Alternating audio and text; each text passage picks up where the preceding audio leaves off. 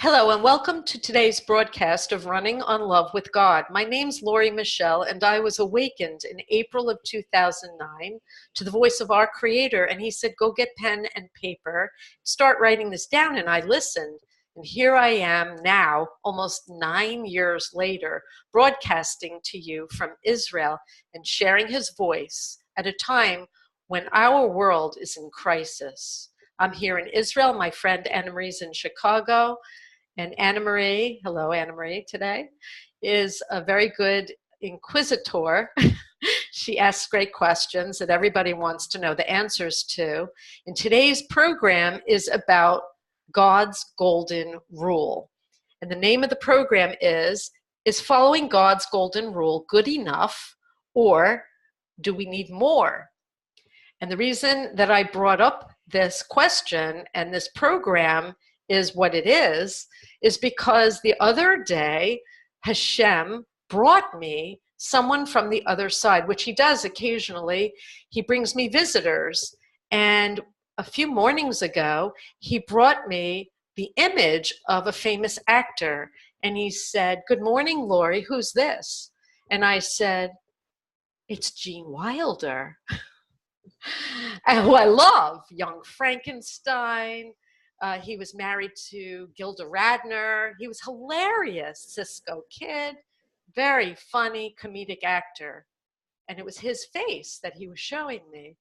And I got to speak to him for a few moments. It was wonderful. And we connected, and it was very heartwarming. He died in 2016. And just a few minutes later, Hashem, God, asked me to look Gene Wilder up because I knew he was Jewish, but I didn't know if he was observant or it followed any form of religion. And I looked it up, and it said Wilder was raised Jewish, but he held only the golden rule as his philosophy. In a book published in 2005, he stated, "I have no other religion. I feel very Jewish, and I feel very grateful to be Jewish, but I don't believe in God or anything to do with the Jewish religion." And here I'm speaking to him, and who brings me him but God himself? So I guess he's had a change of heart. Thank God. But that's what brought up the whole conversation today, that a lot of people are repulsed by religion, Anna Marie, and I get a lot of people getting angry with my posts and unfollowing me on LinkedIn and taking their thumbs away from Running on Love on Facebook because any mention of God or religion, God forbid, sends people running for the hills. So let's talk about that. I'm going to open the floor up to you and talk about why the golden rule is just not enough. Although the fact that Hashem brought Gene Wilder to you makes it seem that it was enough. He lived his life by the golden rule. He did not follow a particular religion, and yet he ended up with God. You can break a lot of rules. You can sin and still wind up on the other side, on the right side of God. That doesn't mean that because you sinned, you are damned to, God forbid, hell or this awful place that people have heard of. What it means is you made a mistake, you fell down, and when you cross over, I've discussed this, you face a heavenly court and you remember what you forgot while you were here. That he's real, and we're here to follow and obey his rules and bring godliness in through our actions and make God's presence felt on earth. And when we die, we remember. Right now, people are sort of like bubbleheads. They don't remember. I hate religion. I don't need God. I only need the golden rule. But he brought me Gene Wilder because he wanted me to bring up this topic now. Of course, Gene Wilder went through what is called Gehenna, almost a year of cleansing. And when he died, he remembered, just like, believe it or not, Stephen Hawking, I heard after he passed. And I remember the night I read Stephen Hawking passed away, I said, oh, Hashem, So what does he think now? Is he happy to find out there's a unifying force of the universe? And just then I heard him say, Ken, Lori, in Hebrew. Ken means yes in Hebrew. And he said, Ken, Lori. And I said, Hashem, was that him? And I was a little taken aback, frankly. I thought it was a little haughty to speak Hebrew to me when he was an atheist. But I forgave him, and Hashem said it was just his way of connecting in a warm way with me. It wasn't meant to be haughty or anything like that. But what I'm saying is, he brought me Gene Wilder not because he wasn't forgiven for forgetting God and only following the golden rule, but to bring up this conversation, this very conversation, and the fact that Gene Wilder was very proud of being Jewish, but misunderstood Judaism as a religion. God has no religion. Judaism is a way of life. And Hashem gave his Torah to the Jewish children as a way of life and rules, many, 613 mitzvahs, which with many derivatives, many explanations, and many more laws from that they were to follow to lead a blessed life here on earth. It's a way of life. Religion is a creation of man. God gave us life and rules. The golden rule, though, is the core of most of the 10 Commandments. Yes. And most of the rules, right? It's the central focus of everything we do. It's how we should live our life. We should love others as we love ourselves. It's love your fellow as yourself. Love your neighbor as yourself. It should be on your mind all day, every day, that you should treat people as you want them to treat you. But that's not enough. We can't just love, love, love. We need to love. And I run on love and believe in the energy of love. I think it's central. Without love, there's no purpose in this world other than love being at the core of everything we do. But we need laws and structure and ways, rules of engagement. Can you give an example of something that wouldn't be covered by the golden rule? Something where you could think you were following the golden rule, but it wasn't enough. Pretty much everything, pretty much every rule. But I'll give you an example. I sent you an email. I'm sorry to send you all these disturbing emails, but when I see them, I need to alert someone. So I alert you, Anna Marie. Unfortunately, you get all the bad news. And I saw this news report a couple of days ago about Trash Island. Trash Island, in case you don't know, whoever's watching, is an island of trash that's formed off the Pacific, in the Pacific Ocean. And it's an accumulation of all kinds of plastics, toilets that were thrown away. Horror. It's a horror. And scientists have discovered this trash island, and it's now twice the size of the state of Texas. It's floating in the ocean, and it's growing exponentially daily, faster than the water supply is growing. And it's disintegrating, and the chemicals from the plastics are going into the marine life, and we're being poisoned. So, what's the mitzvah? What's the law that was broken? Okay. Well, wait. In the Torah, in a time of war, it is against God's laws to cut down the cherry tree, a fruit-bearing tree. So it's very confusing because war, meaning you're killing people, and you would think killing is against God's laws, but there are times when even killing is required. Believe it or not, war. There are times when war is necessary, unfortunately. But in a time of war, Hashem, God said, do not cut down the cherry tree. It's a mitzvah to protect the environment. He knows more than we do. Hashem knows everything. He created everything.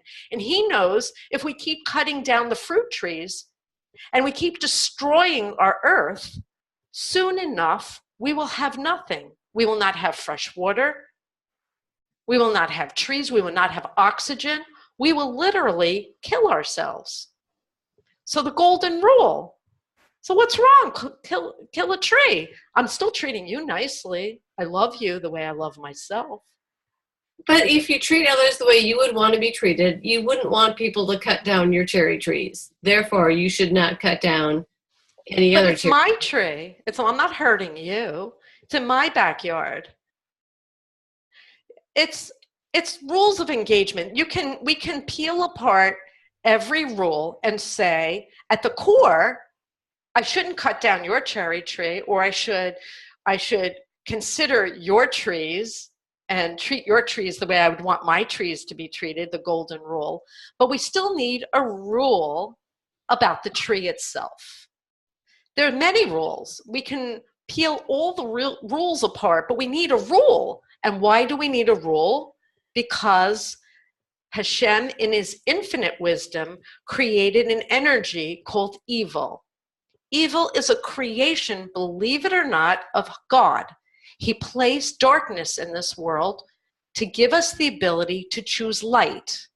So in every minute, we have freedom. We choose evil or we choose God. We choose wrong or we choose right in every moment. And if we don't have rules to help us see the difference, we will choose wrong. Let me give you another example. Yes. Okay. You have a child, and your child loves to eat, right? Loves to eat. And this child loves to overeat. And this child starts to develop a really severe weight problem. And the child's sitting down at dinner and everybody's eating dessert, and the child requests a second piece of chocolate cake. But the child already had his portion of cake. Or maybe the child shouldn't have cake at all, but let's say, oh, you love the child. You wouldn't want someone to say no to you if you really wanted chocolate cake, the golden rule. So I'll give the child a piece of chocolate cake. So the child asks for a second piece of cake. The child's already packing an extra 50 pounds. The child is getting obese. It's very unhealthy. Can't even buy the child clothes anymore. And now you feel, oh, I love you. I don't want to make you upset. So I'll give you another piece of cake. But then the child wants a third piece of cake. And finally, that's it. You love this child so much, you will want someone to say no to you, right? Golden rule, right? So you say no. The child has a tantrum, starts smashing the cake. But see, that's where the rules of engagement come from God. God says, honor thy mother and father. You never speak to your mother or father that way. You respect and honor your mother and father. That's a rule that's not the golden rule. Do you see? Do you see how you may be following the golden rule? You're trying to be nice. You're trying to be thoughtful and loving, but the other person is choosing evil, the existence of evil. And if you don't have all of these other rules in place to handle those situations, inevitably someone will choose wrong. As it is, we all choose wrong all day long anyway, without these rules. But go ahead. You talked in your introduction about there being so many different religions. So what you're saying, the purpose of religion is to provide additional rules to help us live better lives?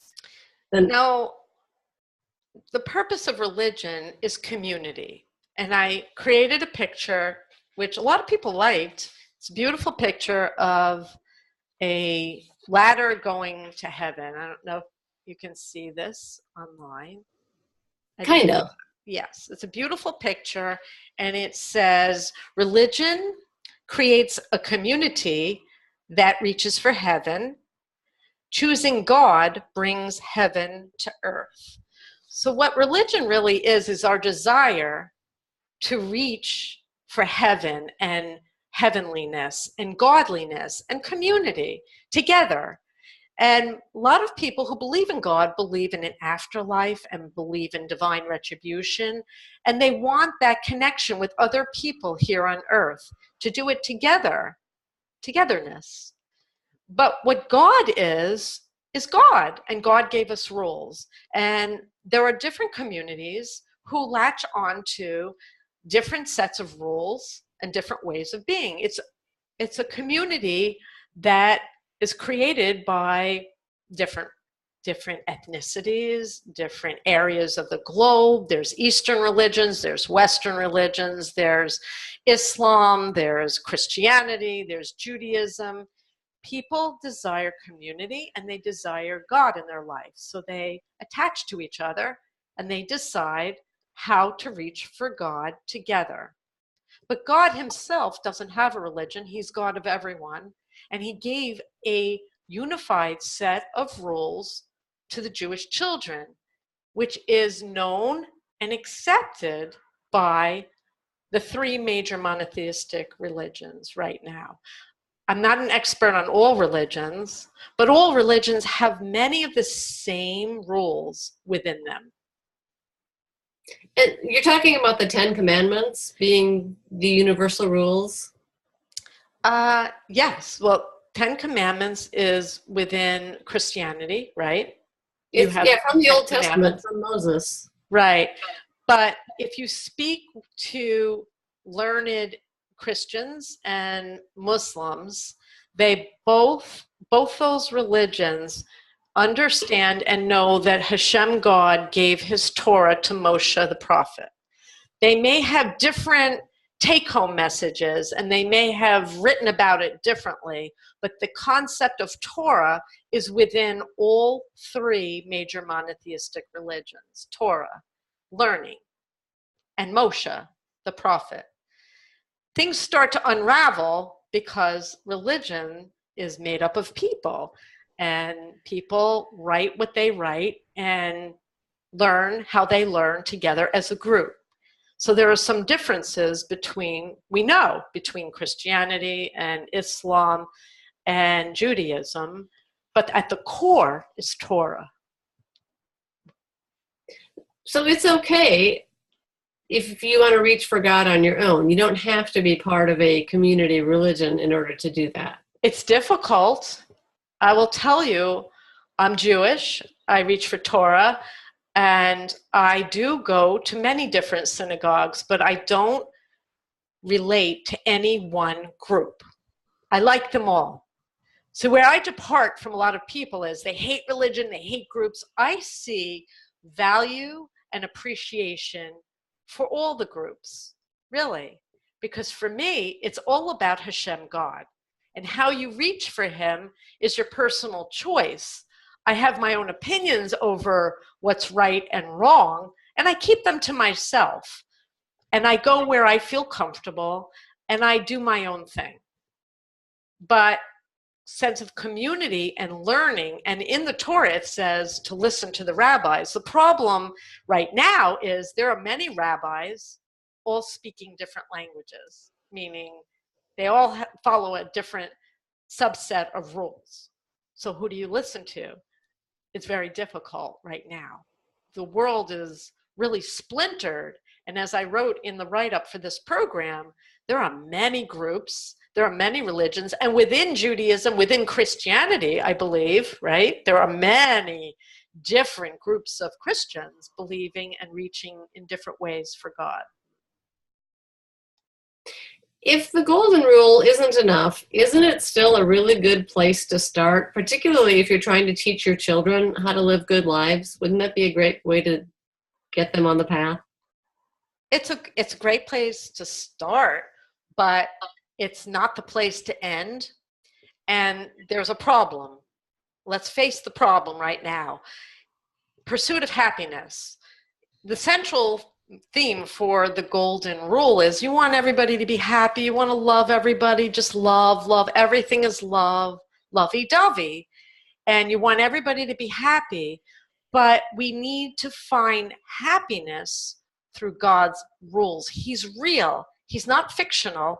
And Gene Wilder, unfortunately, had to pass away and die, and Stephen Hawking, to find out there's really a master of the universe, and he really gave us rules. And when we go against his rules, we unravel. And we're seeing this unraveling right now. When you pick up your iPhone, when you go online, when you turn on the television, the news reports of the chaos in every area of life is shocking. An island of trash twice the size of Texas. One problem. I keep bringing up Parkland, Florida. Mass murders in schools all over America. There was another shooting in Maryland. A little girl just died from that shooting, 16 years old. There are so many problems that I can go on and paint a picture that is so bleak, you probably won't want to get out of bed in the morning. It's that awful. The number 2 cause of death in young adults all over America is suicide. Is that an alarm bell? We need more than the golden rule. And the golden rule is beautiful, but everybody doesn't follow the golden rule. I sent you another article preparing for this program about a young woman who went to the drive-thru of a McDonald's and didn't get her bacon biscuit sandwich. I don't know what she ordered. She ordered bacon, she got sausage. Right. She got angry. She sent it back. They gave her another sandwich. Apparently it was the wrong sandwich again. They were messing up. It was their Murphy's Law day.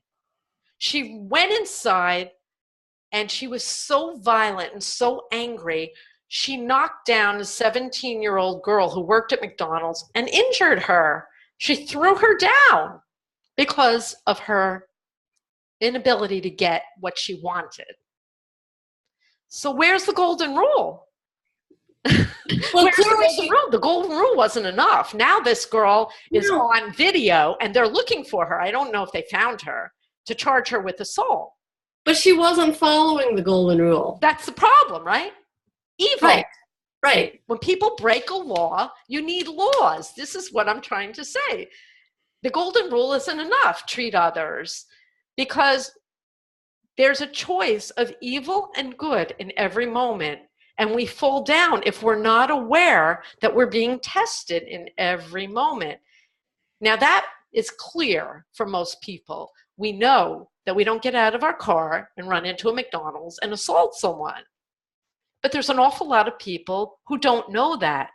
Nicholas Cruz didn't know that he shouldn't go into the school and shoot dead 17 people. Well, he had to have known it was wrong, and that's one of the reasons why he did it, because he wanted to make a statement. Well, here's something that's not the golden rule. The first commandment, I am the Lord thy God, and there is no other. If Nicholas Cruz was raised with the first commandment drilled into his head, that every morning he woke up and he knew God was watching him, that he was being tested throughout the day, we don't know how he would have grown up. That's just rule number 1. There are hundreds of other rules. So it sounds oppressive, excuse me. It sounds oppressive. All these rules are so oppressive, but through the rules, we find freedom. How do we find freedom?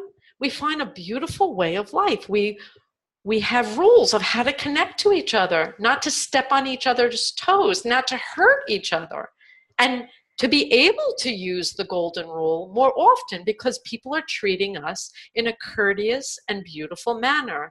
It's a lot easier to treat other people, love thy neighbor, when they're greeting you with love too, right?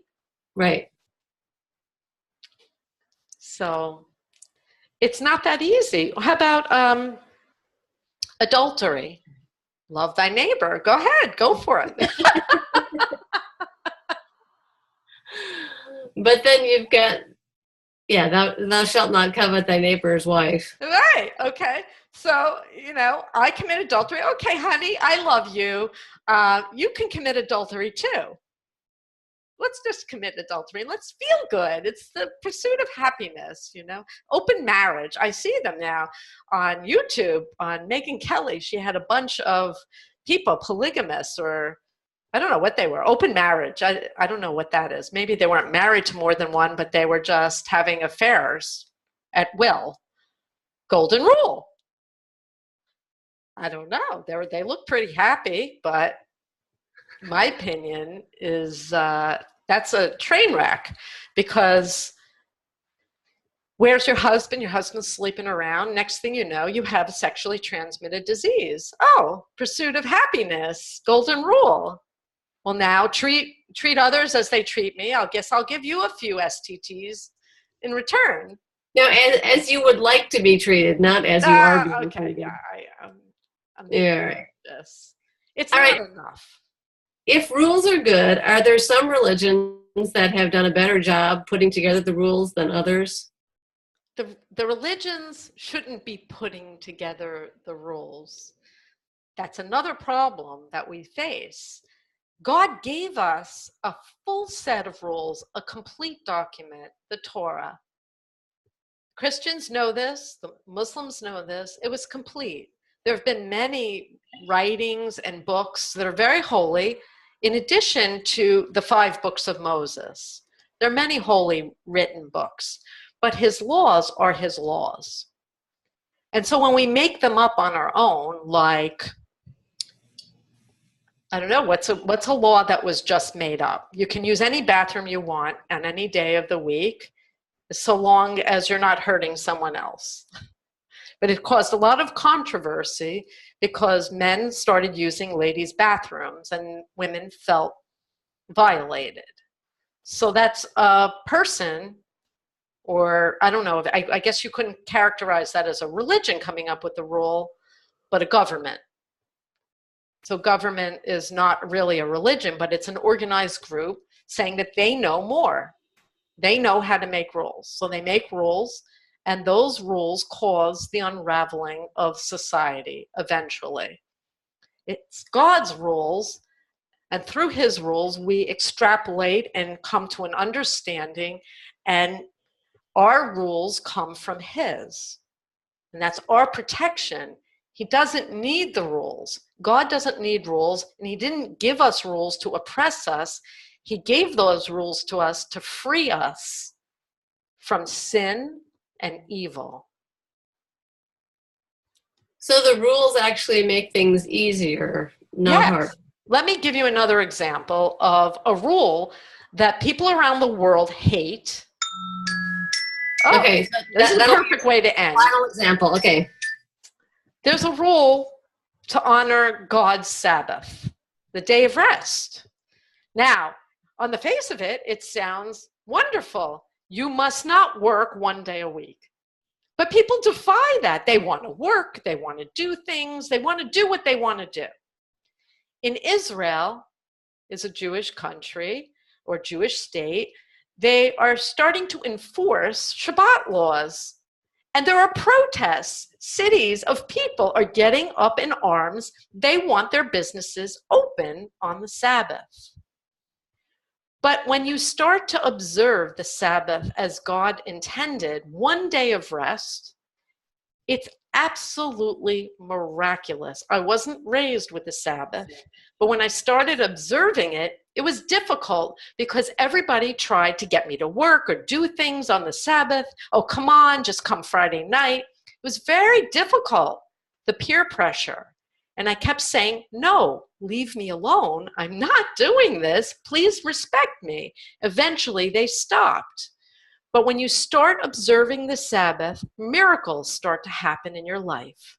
Suddenly, instead of racing to go somewhere Friday night, you're sitting at a beautifully set table with a beautifully cooked meal, candlelight, and family and conversation. There's no texting, there's no electronics, there's no phones ringing, there's just you and your family, and it's miraculous. It's a gift from God. that we have for centuries been thumbing our nose and still continue to thumb our nose at God, saying, why should I follow this Sabbath rule? This is ridiculous. I should be able to work and earn money on the Sabbath. But it was for our good. It's a miraculous gift, as are all of his rules. They're for our benefit, because he knows where we're going to fall down. And so he gave us guidelines and said, this is the rules. Follow the rules, and you will have a beautiful, blessed life for eternity. I hope you enjoyed this. I hope it answered some questions. God is God. God has no religion. We have religion. Religion can be good, but people can choose wrong and evil, and that's why we need his rules. The golden rule is great at the center of everything, but we need his rules, and we need him. And boy, do we need him. Please go to my website, lauriemichelle.net. There are lots of programs like this. There'll be more. And I am finishing my book with God's help. And pretty soon you'll be able to read my miraculous story about my awakening and learn more about Hashem God. God bless you. May there be peace in our world, in our time. God bless you.